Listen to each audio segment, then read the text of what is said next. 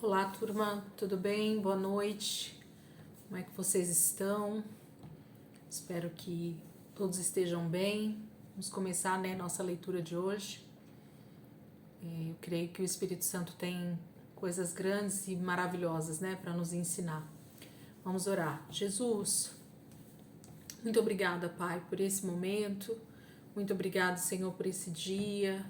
Senhor, como nós somos gratos pela tua fidelidade conosco todos os dias, Jesus. Temos vivido o melhor, Senhor, todos os dias no Senhor. Todos os dias o Senhor tem feito o melhor por nós e para nós, Pai. Por isso, nós somos muito gratos ao Senhor, por tudo que o Senhor tem nos dado.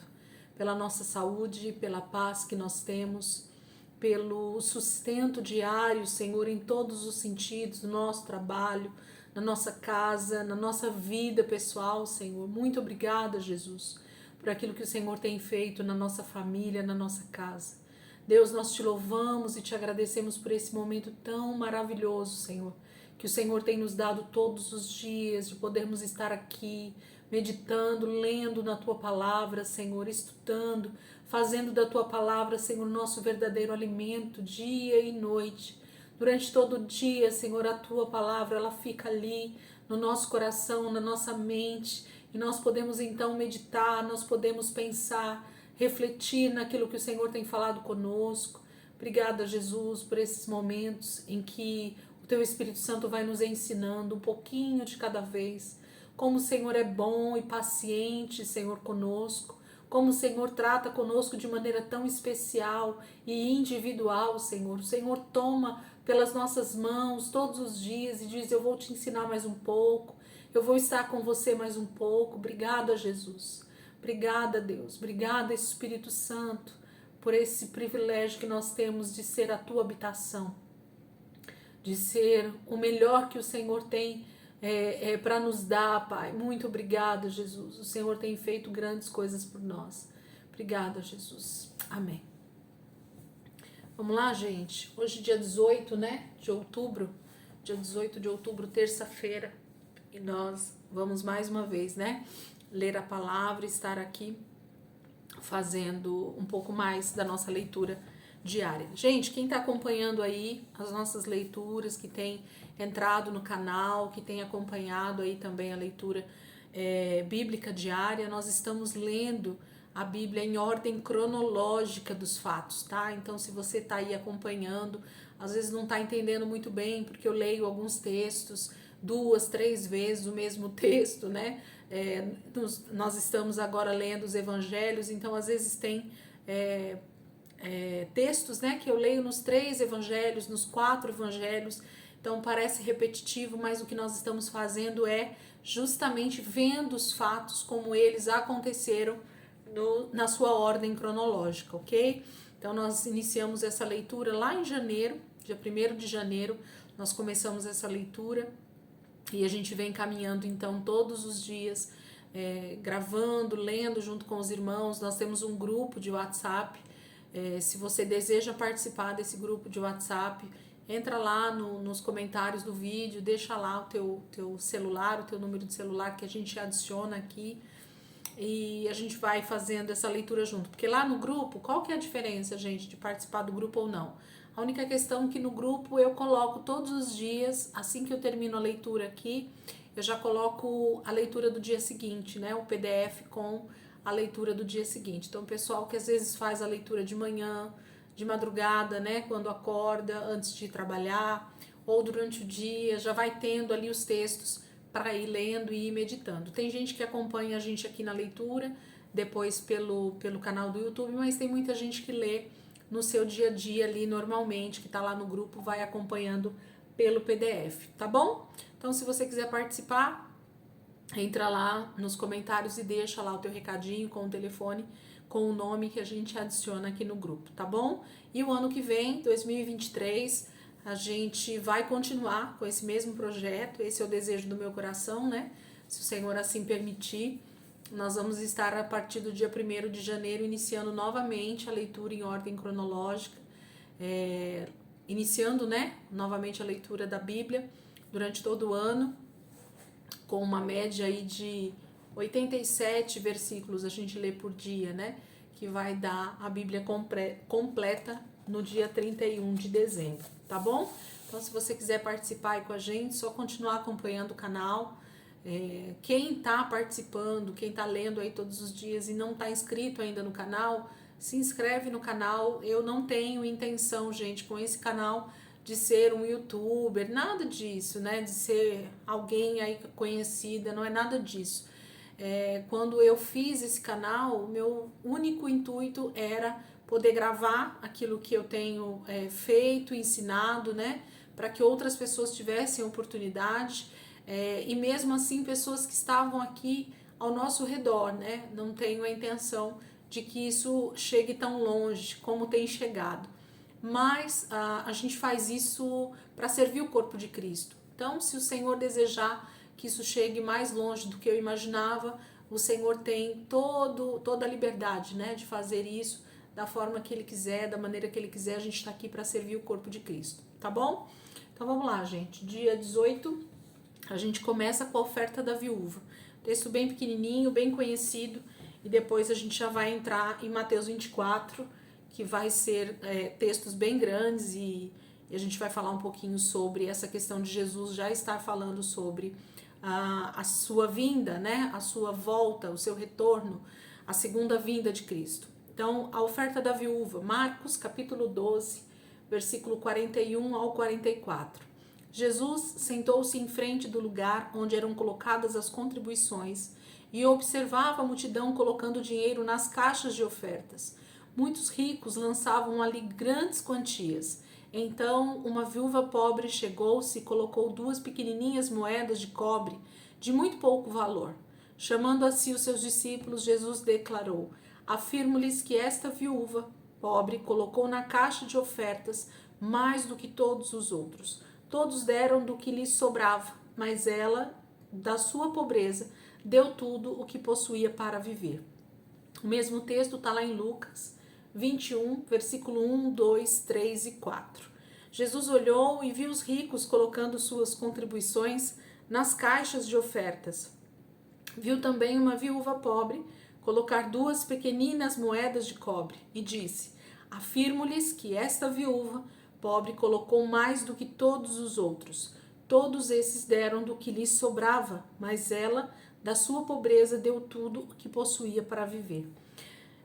Jesus é enfático em dizer que a questão da oferta, a questão da contribuição nunca foi valor, e sim a disposição do valor em dar honra a Deus, em dar honra à pessoa, né, de Jesus na nossa vida. Aquilo que Deus fez por nós sempre vai ser maior do que aquilo que nós temos feito por Ele. Então, quando a gente lê toda a Bíblia, o que a gente mais percebe é que Deus nunca se preocupou com a questão do valor, com a questão do quanto você oferta, do quanto você dá na casa de Deus, do quanto você tem para ofertar. Não tem nada a ver com o quanto, tem a ver com como você dá. Tem a ver com como está o teu coração quando você dá. Tem a ver como você entende essa questão do dinheiro na sua vida, de como o dinheiro ele rege a sua vida. Se é você quem usa o dinheiro ou se é o dinheiro que te usa, né? Então a gente tem, infelizmente, essa inversão às vezes de valores, em que o dinheiro se torna verdadeiramente nosso Senhor, ele manda em nós. Ele diz quanto nós devemos fazer de contribuições, é o dinheiro que diz quanto nós devemos dar ao Senhor ou a alguém que esteja precisando. É o dinheiro que manda na nossa vida, do que nós devemos fazer com ele ou não. Quando na verdade ele é o nosso servo, né? Ele está ali para servir as pessoas que nós amamos, a nossa família, a obra de Deus, o campo missionário e tantas outras coisas que nós podemos fazer com o dinheiro, ok? Por isso que Jesus diz que ela deu realmente da sua pobreza tudo o que possuía. Ela sabia quem cuidava dela, essa viúva, né? Ela sabia que o Deus que ela estava contribuindo era o Deus que tinha sustentado ela até esse dia e ia continuar sustentando. Existem muitas outras questões aqui dentro da oferta dessa viúva pobre, mas eu acredito que essa questão de nós pensarmos como é que o dinheiro tem sido tem sido administrado por nós, né? Como é que a gente vê o dinheiro, isso já faz toda a diferença para a nossa vida, ok? Agora Jesus começa a falar sobre eventos futuros. Esse texto aqui de Mateus 24 e depois o de Mateus 25, que vai ser logo na sequência, com certeza. Mas hoje a gente vai ler Mateus 24, que são os primeiros textos que falam sobre isso, né? Depois Marcos 13 e depois Lucas 21. Então a gente vai falar sobre essa questão dos sinais do fim dos tempos.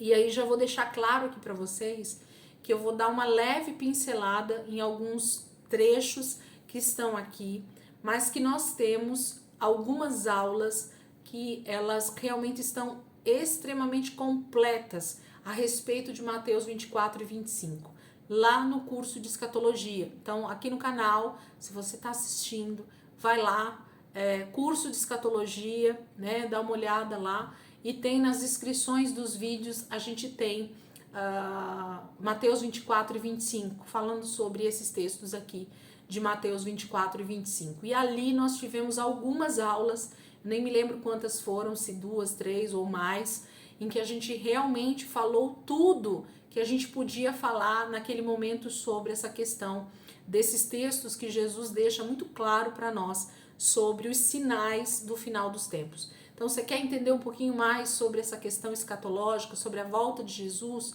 Esse meu curso sobre escatologia, um curso básico que eu fiz sobre escatologia com a turma aqui da nossa igreja local, mas que hoje todo mundo aí tem à disposição esses vídeos para poder aprender e ir meditando na palavra junto com a gente. Então vai lá, dá uma olhada. Então hoje eu não vou falar assim de forma muito forte sobre o texto, não vou entrar em detalhes aqui com vocês, porque não daria em 30 minutos, 40 minutos que a gente fala aqui, é impossível a gente falar sobre a grandeza desses textos aqui na nossa leitura. Então o intuito aqui é ler. Você quer estudar um pouquinho mais? Você quer se aprofundar no texto? Tem ali os estudos que você pode entrar e assistir os vídeos com toda a tranquilidade aí na sua casa, no seu trabalho, no carro, enquanto você está dirigindo, né? Você vai ouvindo e aprendendo. Então, Mateus 24, do versículo 1 ao 51 é o nosso primeiro texto. O que eu vou fazer aqui? Como o texto é bem comprido, eu vou dar uma lida e se eu perceber que a gente já vai podendo parar e já vai fazendo alguns comentários, eu vou fazendo, tá? Se eu perceber que a leitura precisa ser completa, a gente faz ela completa e depois a gente comenta algumas coisas. Então prestem atenção aí no texto de vocês, para vocês conseguirem acompanhar, porque o texto é grande. Mateus 24, versículo 1 em diante. Jesus saiu do templo e, enquanto caminhava, seus discípulos aproximaram-se dele para lhe mostrar as construções do templo. Vocês estão vendo tudo isso? Perguntou ele. Eu lhes garanto que não ficará aqui pedra sobre pedra. Serão todas derrubadas.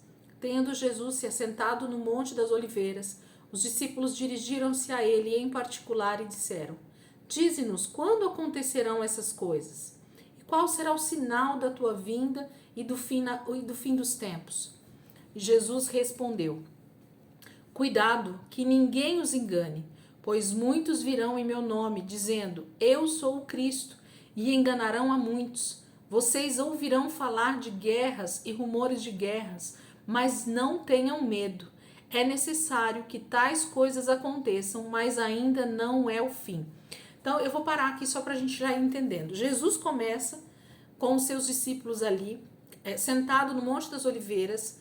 Ele começa a responder uma pergunta que eles fazem para ele, porque ele acabou de falar que todo aquele templo, a grandiosidade do templo ali em Jerusalém, que foi construído inclusive por Herodes, esse templo que Jesus está passeando por ele, não foi o templo de Salomão, não foi o templo reconstruído de Neemias, tá? Esse templo aqui, ele é o que sobrou da reconstrução de Neemias e é a construção que Herodes fez, Herodes o Grande, os historiadores falam. Então esse é o templo que Jesus está ali passando com os seus discípulos. E ele, Jesus, vira para os discípulos e diz que toda aquela construção, ainda que tão grandiosa como era, ela não ficaria pedra sobre pedra. Jesus está falando sobre a grande devastação que vai acontecer com a sua volta, com o seu retorno, com a grande tribulação, mais precisamente dizendo, né? O que antecede a volta de Cristo, que é a grande tribulação, tudo vai ruir, tudo vai vir ao chão, haverá uma grande destruição ali em Jerusalém. E Jesus, então, é questionado pelos seus discípulos a respeito de quando isso aconteceria. Quais seriam os sinais? Eles queriam saber como é que eles iam perceber a volta de Jesus, quando seria isso e como eles perceberiam isso. Aí a primeira coisa que Jesus fala, gente, que me deixa muito feliz, porque Jesus não vem já falando sobre especificamente tempos, estações, épocas, anos, ele não fala nada disso, mas ele fala de situações que nós precisamos ter para que nós venhamos a nos precaver, nos preparar e nos atentarmos, para a gente ficar atento. Então, a primeira coisa que Jesus fala está aí no versículo 4, se você quiser grifar, ele diz: cuidado, que ninguém os engane. Então, essa questão do cuidado, que ninguém vos engane, fala de uma maturidade espiritual, de um entendimento que eu e você devemos ter diante da palavra, diante de todos os sinais que vão começar a acontecer na volta de Jesus, e que nós precisamos estar então alicerçados na palavra. Ele vai falar que o ter cuidado tem a ver com aquilo que eu conheço da palavra. Todas as pessoas, gente, que estiverem totalmente desapercebidas a respeito da volta de Jesus, tem a ver com a falta de relacionamento com a palavra, tem a ver com a falta de relacionamento com Cristo, tem a falta de intimidade com a própria palavra de Deus e aquilo que ela diz. Nos últimos anos, o meu maior anseio é incentivar os irmãos a ler a palavra, ler a Bíblia. A gente precisa parar de ficar comendo comida de culto. A gente precisa parar de ficar comendo comida somente de pessoas pregando para nós. Nós precisamos comer o alimento na origem. Nós precisamos comer o alimento direto do trono de Deus. Nós precisamos comer o pão vivo que desce do céu todos os dias. O pão nosso de cada dia nos dá hoje. Jesus diz que não só de pão vive o homem, mas de toda a palavra que sai da boca de Deus. E aí a relação que a gente tem a respeito de pão é do próprio Cristo. Jesus é o pão vivo que desceu do céu. Então, se a palavra é o verbo vivo de Deus, é o próprio Cristo, nós precisamos nos alimentar dessa palavra. E nesses últimos anos, por que eu estou falando isso?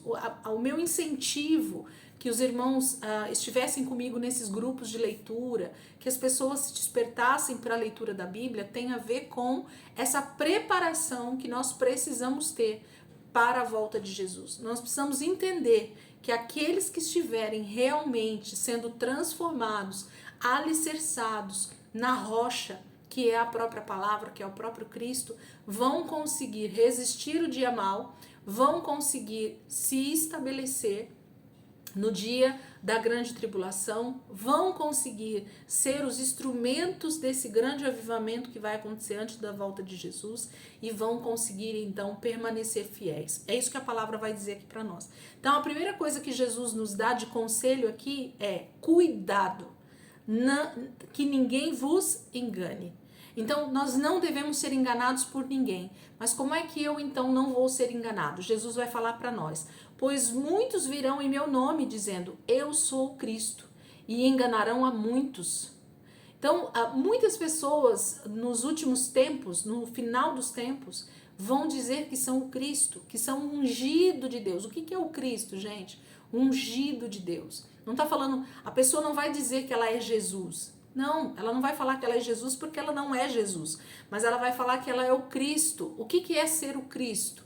É ser ungido de Deus, ok? Cristo significa ungido.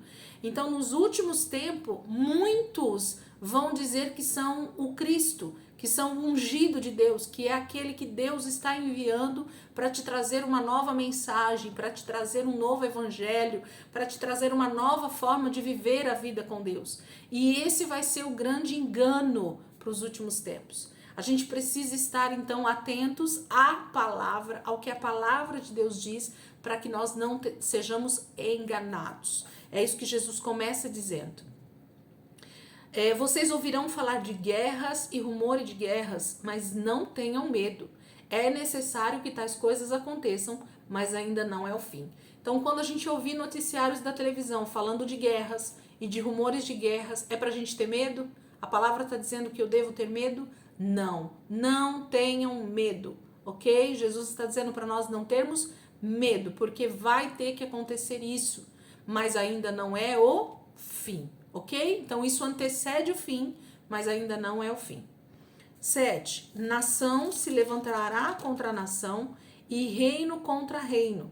Haverá fomes e terremotos em vários lugares. Tudo isso será o início das dores. Nação contra nação é exatamente o que a gente vê a respeito das guerras, a respeito da política, a respeito dessas situações que a gente já costuma ver. Nação contra nação, tá falando de país, né?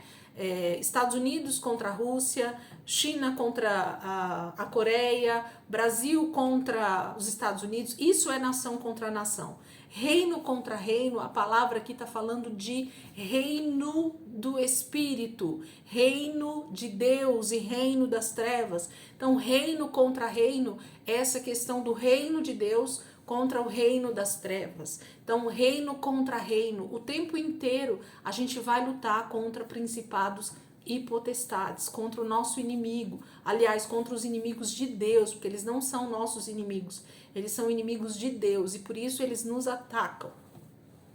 Mas haverá fomes e terremotos em vários lugares. Então, ver nações passando por situações de fome e de terremoto são sinais da volta de Jesus, e isso só vai intensificar. Esses que nós vemos hoje não são exatamente os do tempo do fim ainda. Vão vir muito mais situações como essas, em grande intensidade e em grande volume. Tudo isso será o início das dores. Versículo 9. Então eles os entregarão para serem perseguidos e condenados à morte, e vocês serão odiados por todas as nações por minha causa. Naquele tempo, muitos ficarão escandalizados, trairão e odiarão uns aos outros. E numerosos falsos profetas surgirão e enganarão a muitos. Devido ao aumento da maldade, o amor de muitos esfriará, mas aquele que perseverar até o fim será salvo.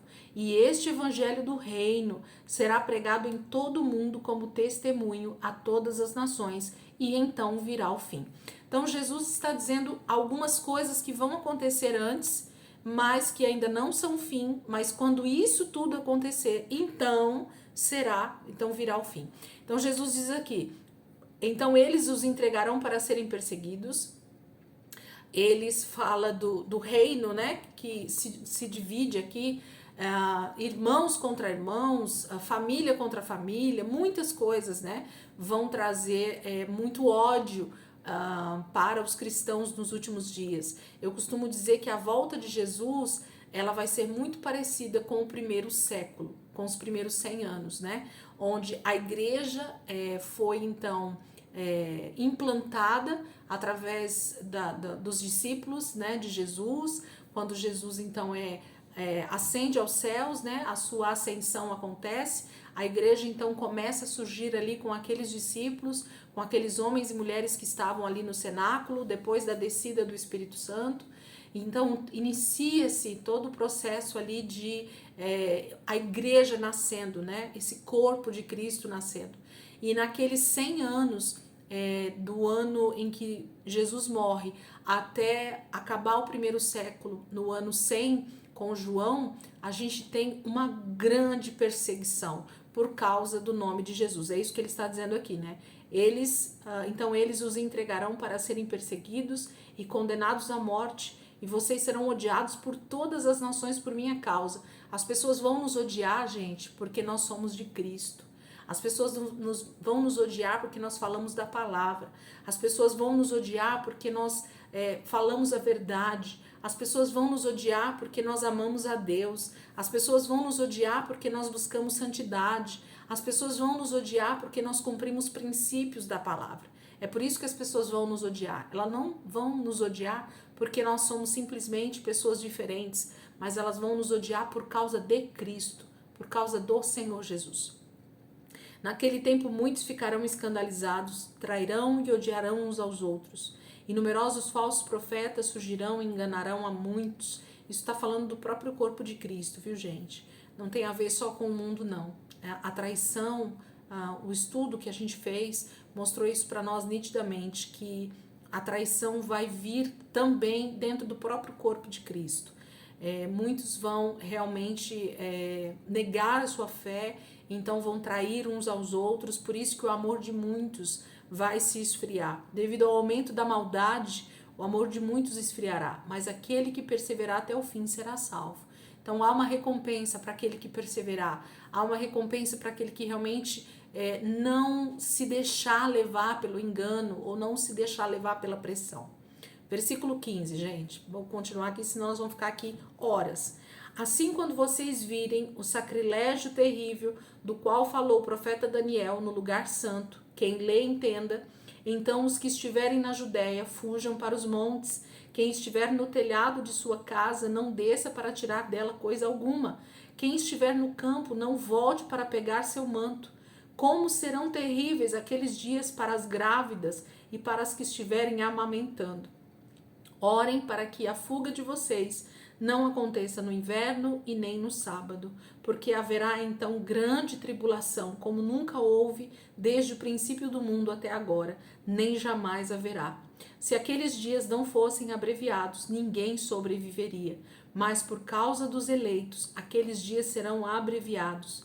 Se então alguém lhe disser, vejam, aqui está o Cristo, ou ali está ele, não acreditem, pois aparecerão falsos cristos e falsos profetas que realizarão grandes sinais e maravilhas para que, se possível, enganar até os eleitos. Vejam que eu os avisei antecipadamente. Jesus está dando uma aula de sinais, de situações que vão acontecer nos últimos dias, antes que aconteça a sua volta, antes que aconteça o fim dos tempos.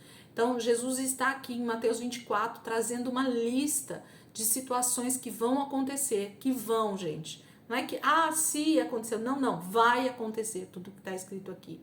E creia você ou não creia, você é o que está escrito na palavra, e eu creio porque a palavra de Deus, ela não erra, ela é inerrável, né? Ela é infalível. Jesus não mente em nada que ele fala. Então, Jesus falou e vai se cumprir tudo isso que está aqui. Assim como nos dias de Noé, nós vamos ler isso também, tá bom? Então, ele está falando aqui para judeus a respeito do grande problema que vai acontecer, principalmente em Jerusalém, por causa do levante do anticristo. Quando ele fala no versículo 15, assim quando vocês virem o sacrilégio terrível do qual falou o profeta Daniel no lugar santo, quem lê entenda, então os que estiverem na Judéia. Então ele começa a falar assim, a hora que o anticristo colocar o seu trono lá no lugar santo, no templo, no lugar mais sagrado de Jerusalém, no lugar onde a presença de Deus é a verdadeira presença que deveria estar, a hora que o anticristo tomar posse desse lugar, então vocês sabem que agora é o fim.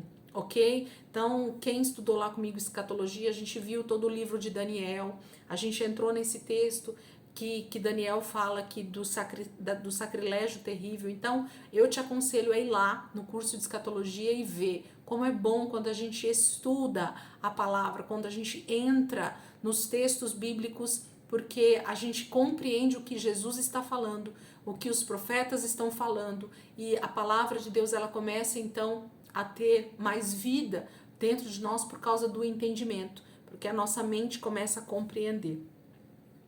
Versículo 26. Assim, se alguém lhes disser, ele está lá no deserto, não saiam, ou está ali dentro de casa, não acreditem, porque assim como o relâmpago sai do oriente e se mostra no ocidente, assim será a vinda do Filho do Homem. Onde houver um cadáver, aí se ajuntarão os abutres. Imediatamente após a tribulação daqueles dias, o sol escurecerá e a lua não dará a sua luz, as estrelas cairão do céu e os poderes celestes serão abalados. Então aparecerá no céu o sinal do Filho do Homem, e todas as nações da terra se lamentarão e verão o Filho do Homem vindo nas nuvens do céu com poder e grande glória. E ele enviará os seus anjos com grande som de trombeta, e estes reunirão os seus eleitos dos quatro ventos, de uma a outra extremidade dos céus. Gente, isso está falando exatamente depois que o anticristo então toma posse, né, do lugar santo ali. Jesus vai voltar e Jesus está falando assim: não acreditem se as pessoas começarem a falar que eu tô aqui, que eu tô ali, porque a hora que for para Jesus voltar, a hora que for para acontecer todas essas coisas, nós não teremos dúvidas. Sabe por quê? Por duas questões. Primeiro, porque a gente está lendo a palavra e a gente está sabendo o que vai acontecer. Segundo, que Jesus está dizendo aqui no versículo 27, porque assim como o relâmpago sai do Oriente e se mostra no Ocidente, assim vai ser a vinda do Filho do Homem. Quando Jesus vier nas nuvens, gente, toda a terra, o globo terrestre, vai ver Jesus vindo nas nuvens. Não vai ser algo secreto, não vai ser algo escondido, não vai ser algo para alguns verem. Não, não. Todas essas situações já terão acontecido e então nós vamos ver o Filho do Homem vindo nas nuvens. O céu vai estar totalmente desenrolado, a palavra fala em Apocalipse. A gente vai chegar lá e vocês vão ver. Mas eu aconselho ir lá e assistir as aulas que vocês vão entender muito melhor. Versículo 30. Versículo 32. Aprendam a lição da figueira. Quando seus ramos se renovam e suas folhas começam a brotar, vocês sabem que o verão está próximo. Assim também, quando virem todas essas coisas, saibam que ele está próximo, às portas. Eu lhes asseguro que não passará esta geração até que todas estas coisas aconteçam. Os céus e a terra passarão, mas as minhas palavras jamais passarão. Quanto ao dia e à hora, ninguém sabe, nem os anjos do céu, nem o Filho, senão somente o Pai. Como foi nos dias de Noé, assim também será na vinda do Filho do Homem. Pois nos dias anteriores ao dilúvio, o povo vivia comendo e bebendo, casando-se e dando-se em casamento, até o dia em que Noé entrou na arca, e eles nada perceberam, até que veio o dilúvio e os levou a todos. Assim acontecerá na vinda do Filho do Homem. 2 homens estarão no campo, um será levado e o outro deixado. 2 mulheres estarão trabalhando no moinho, uma será levada e a outra deixada. Portanto, vigiem, porque vocês não sabem em que dia virá o seu Senhor. Mas entendam isto: se o dono da casa soubesse a que hora da noite o ladrão viria, ele ficaria de guarda e não deixaria que a sua casa fosse arrombada. Assim, vocês também precisam estar preparados, porque o Filho do Homem virá numa hora em que vocês menos esperam. Quem é, pois, o servo fiel e sensato, a quem seu senhor encarrega dos de sua casa para lhe dar alimento no tempo devido? Feliz o servo que seu senhor encontrar fazendo assim quando voltar. Garanto-lhes que ele o encarregará de todos os seus bens. Mas suponham que esse servo seja mau e diga a si mesmo: meu senhor está demorando, e então comece a bater em seus conservos e a comer e a beber com os beberrões. O senhor daquele servo virá num dia em que ele não espera e numa hora que não sabe. Então o punirá severamente e lhe dará lugar com os hipócritas, onde haverá choro e ranger de dentes. Gente, para mim esse texto de Mateus 24 é tão formidável e tão maravilhoso. Jesus ensinando os seus discípulos sobre os sinais da sua volta, sobre o final dos tempos, com uma clareza, com uma compreensão tão maravilhosa, deixando aqui descrito para nós todos esses versículos onde a gente pode mergulhar neles e perceber como Jesus estava dando dicas preciosas, ensinando coisas maravilhosas a respeito do tempo do fim.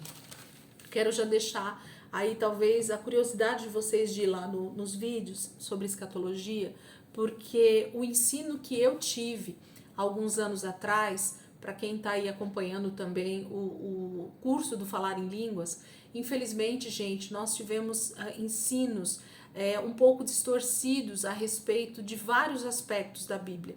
E um deles é a escatologia. Eu mesmo fui ensinada de forma tão distorcida a respeito da volta de Jesus, a respeito de nós vamos morar no céu. Nós não vamos morar no céu. Nós vamos ter uma terra totalmente restaurada. Jesus vai voltar e vai reinar na terra com os santos, né? E tantas coisas vão acontecer aqui na nossa terra, nesse lugar que Deus vai restaurar.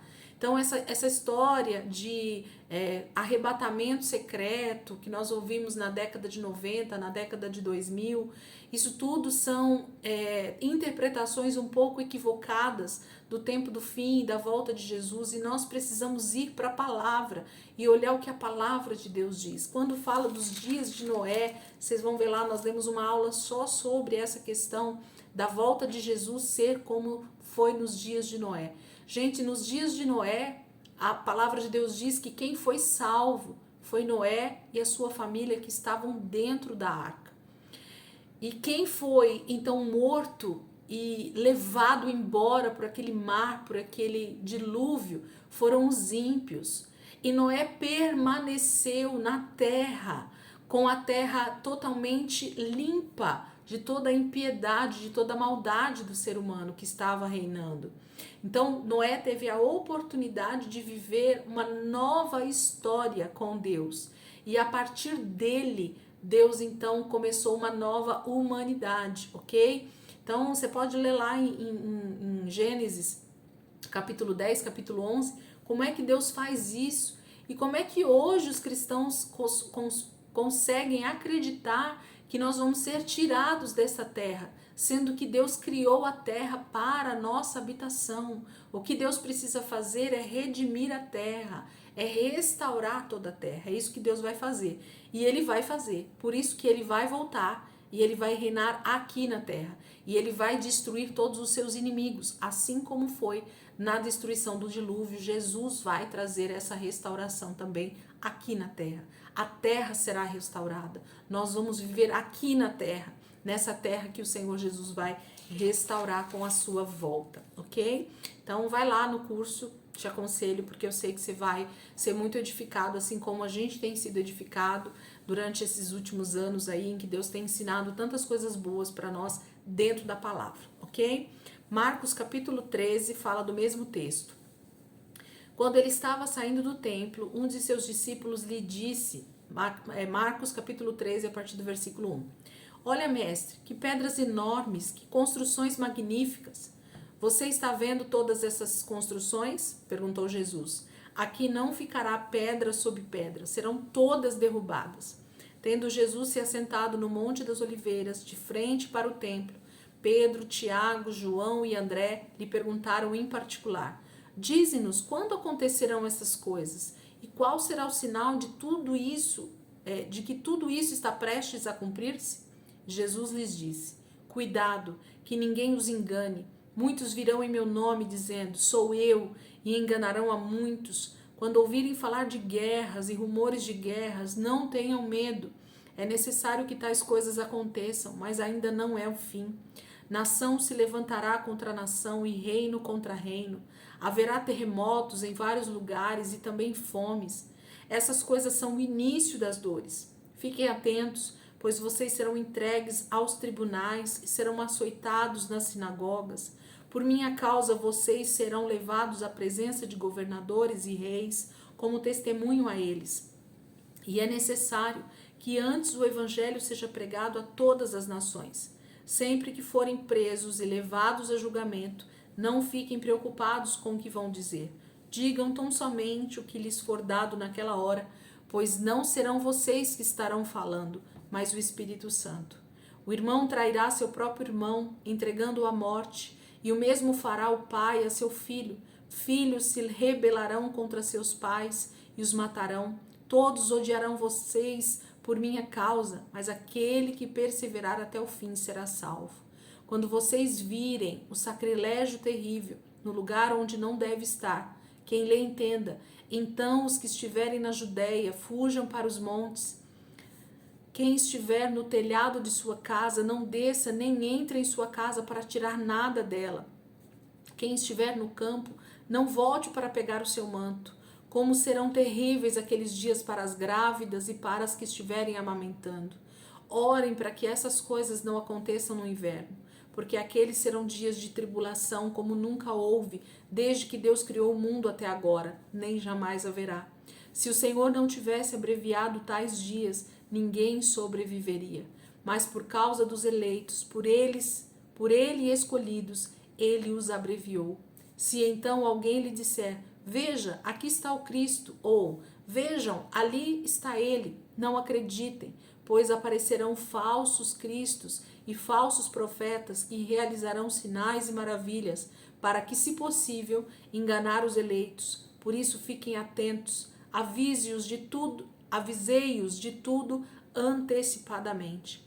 Mas naqueles dias, após aquela tribulação, o sol escurecerá e a lua não dará sua luz, as estrelas cairão do céu e os poderes celestes serão abalados. Então se verá o Filho do Homem vindo nas nuvens com grande poder e glória, e ele enviará os seus anjos e reunirá os seus eleitos dos quatro ventos dos confins da terra até os confins do céu. Aprendam a lição da figueira. Quando seus ramos se renovam e suas folhas começam a brotar, vocês sabem que o verão está próximo. Assim também, quando virem estas coisas acontecendo, saibam que ele está próximo, às portas. Eu lhes asseguro que não passará esta geração até que todas estas coisas aconteçam. Os céus e a terra passarão, mas as minhas palavras jamais passarão. Quanto ao dia e à hora, ninguém sabe, nem os anjos no céu, nem o Filho, senão somente o Pai. Fiquem atentos, vigiem, vocês não sabem quando virá esse tempo. É como um homem que sai de viagem, ele deixa sua casa, encarrega de tarefas cada um dos seus servos e ordena ao porteiro que vigie. Portanto, vigiem, porque vocês não sabem quando o dono da casa voltará. Se à tarde, à meia-noite, ou ao cantar do galo, ou ao amanhecer. Se ele vier de repente, que não os encontre dormindo. O que lhes digo, digo a todos, vigiem. Então, é o mesmo texto de Mateus, né? Com alguns detalhes a menos ou a mais aqui. Marcos faz esse relato para nós desse ensino de Jesus. Vigiem. Marcos termina com esse vigiem bem enfático aí. Lucas 21, do versículo 5 ao 38. Mesmo texto. Alguns dos seus discípulos estavam comentando como o templo era adornado com lindas pedras e dádivas dedicadas a Deus. Mas Jesus disse: digo que vocês estão vendo, dias virão em que nada ficará pedra sobre pedra, serão todas derrubadas. Mestre, perguntou eles, quando acontecerão estas coisas? E qual será o sinal de que elas estão prestes a acontecer? E ele respondeu, cuidado para não serem enganados, pois muitos virão em meu nome, dizendo, sou eu, e o tempo está próximo. Não os sigam. Quando ouvirem falar de guerras e rebeliões, não tenham medo. É necessário que primeiro aconteçam essas coisas, mas o fim não virá imediatamente. Então lhes disse, nação se levantará contra nação e reino contra reino. Haverá grandes terremotos, fomes e pestes em vários lugares, e acontecimentos terríveis e grandes sinais provenientes do céu. Mas antes de tudo isso, prenderão e perseguirão vocês. Então os entregarão às sinagogas e prisões, e vocês serão levados à presença de reis e governadores, tudo por causa do meu nome. Será para vocês uma oportunidade de dar testemunho, mas convençam-se de uma vez de que não devem preocupar-se com o que dirão para se defender, pois eu lhes darei palavras e sabedoria a quem nenhum dos seus adversários será capaz de resistir ou contradizer. Vocês serão traídos até por pais, irmãos, parentes e amigos, e eles entregarão alguns de vocês à morte. Todos odiarão vocês por causa do meu nome. Contudo, nenhum fio de cabelo da cabeça de vocês se perderá. É perseverando que vocês obterão a vida. Quando virem Jerusalém rodeada de exércitos, vocês saberão que a sua devastação está próxima. Então os que estiverem na Judéia fujam para os montes, os que estiverem na cidade saiam, e os que estiverem no campo não entrem na cidade, pois estes são os dias da vingança em cumprimento de tudo o que foi escrito. Como serão terríveis aqueles dias para as grávidas e para as que estiverem amamentando. Haverá grande aflição na terra e ira contra este povo. Cairão pela espada e serão levados como prisioneiros para todas as nações. Jerusalém será pisada pelos gentios até que os tempos deles se cumpram. Haverá sinais no céu, na lua e nas estrelas. Na terra as nações estarão em angústia e perplexidade com o bramido e a agitação do mar. Os homens desmaiarão de terror, apreensivos com o que estará sobrevindo ao mundo, e os poderes celestes serão abalados. Então se verá o Filho do Homem, vindo numa nuvem, como poder e grande glória. Quando começarem a acontecer estas coisas, levantem-se e ergam a cabeça, porque estará próxima a redenção de vocês. Ele lhes contou esta parábola: observem a figueira e todas as árvores. Quando elas brotam, vocês mesmos percebem e sabem que o verão está próximo. Assim também, quando virem estas coisas acontecendo, saibam que o reino de Deus está próximo.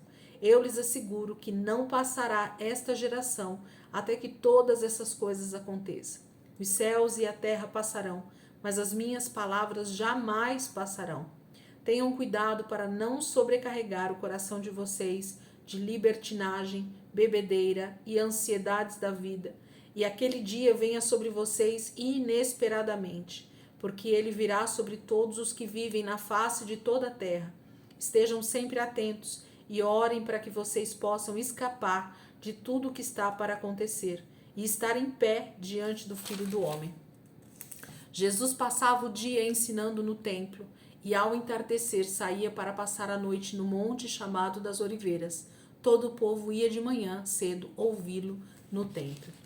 Lucas faz também, né, esse relato desse ensino de Jesus e coloca algumas questões pequenas aqui no meio, né, sobre essa questão do que vai acontecer no final dos tempos, de Jerusalém sendo totalmente sitiada pelos inimigos, né? Então você encontra alguns versículos que são ou acrescentados, né, pelo autor aqui, por Lucas. Ele aumenta algumas coisas, conta para nós alguns outros detalhes, mais do que Mateus.